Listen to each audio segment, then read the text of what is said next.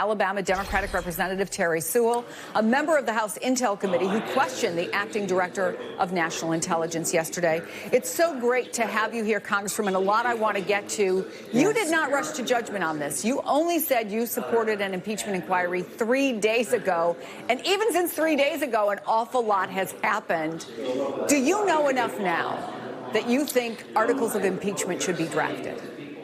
Listen, I am a reluctant participant in this inquiry. I know that the people that elected me in Alabama elected me to fight for health care, to fight for voting rights and restoration of voting rights. They've elected me to really represent them on bread and butter issues. But I think that the whistleblower issue has really been the final straw, in my opinion. I think it's totally appropriate that our committee investigate and that the Democrats... So investigate, but you're not at the point of having articles of impeachment drafted. I think that we have to follow the facts where they lead us. But I have to tell you, Chris, this is deeply disturbing. Not only has this president time and time again acted unpresidential, he has now solicited the help of a foreign nation to interfere in our 2020 election.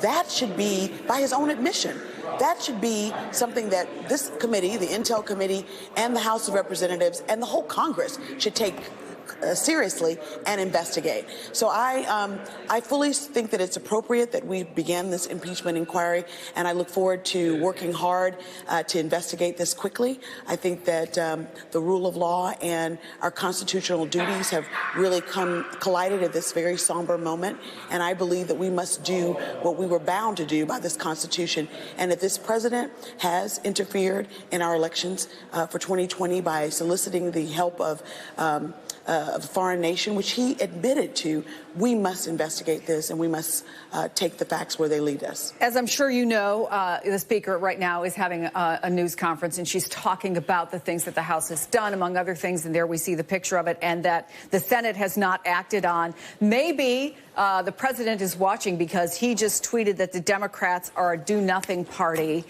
As a realistic matter, are you concerned at all that nothing will get done, that the American people will see this impeachment process as more of the same? They look to Washington to get things done, and instead, whether you agree or disagree with all the things you just said, they're not getting things done because they're pursuing this impeachment inquiry. But that's not true, Chris. We have done a lot in our last 200 days of being in control of the House of Representatives. I know for a fact that we can chew gum and walk at the same time, and we're going to have to do that. I think it's really important that Speaker Pelosi has said that the Intel Committee should take the lead on this impeachment inquiry.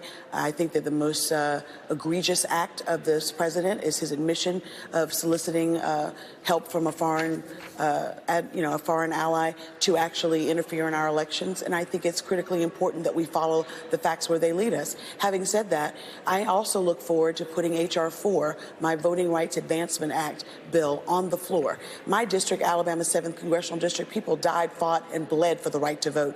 And I know that the Democrats are committed to making sure that we fully restore the protections of the Voting Rights Act. That will come to the floor in November. We're working hard in the Ways and Means Committee to put a bill on the floor that will lower prescription drug prices. We made commitments to the American people in our For the People agenda, and we fully expect and will stand by those commitments. If I can go back to the big story of the day today, you had this heated exchange with the acting DNI yesterday, and you clearly wanted assurances that the whistleblower would have protections under the whistleblower law. And you argued that this complaint is how it's handled will determine whether there is a future chilling effect on whistleblowers.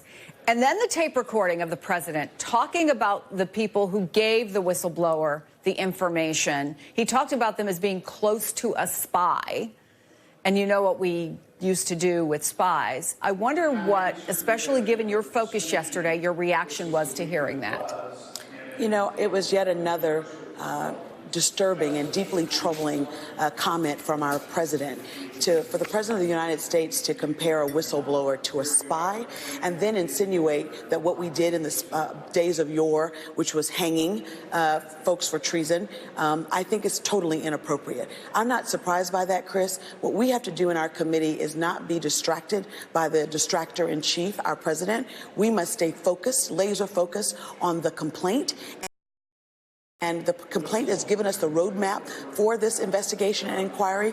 The fact that this whistleblower said in the footnote that there were 4 other conversations that were similar to this that were also put in a secret server. We must follow the facts, and wherever the facts lead them, I have to be bound by my constitutional oath to do what's right for the American people, even if the president doesn't do what's right. Congresswoman, it's good of you. I know it's a very busy